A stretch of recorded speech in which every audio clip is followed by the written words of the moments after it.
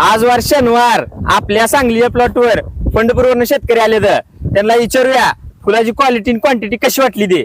फुलाची क्वालिटी आहे जबरदस्त. फुलाची क्वालिटी आहे. इकडं ऑरेंज आहे तिकडे येलो ती खरं तर ह्याचा उंची वाढ फुटवा बी लय भारी आहे. आणि फुल जर बघितलं लय भारी फुल वाटते.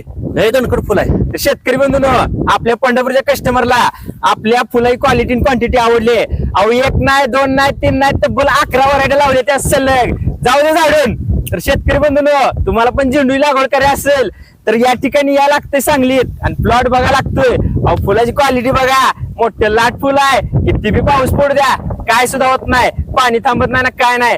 3 दिवस जरी मार्केटला गेलं नाही ना फुल तरी सुद्धा काय होत नाही.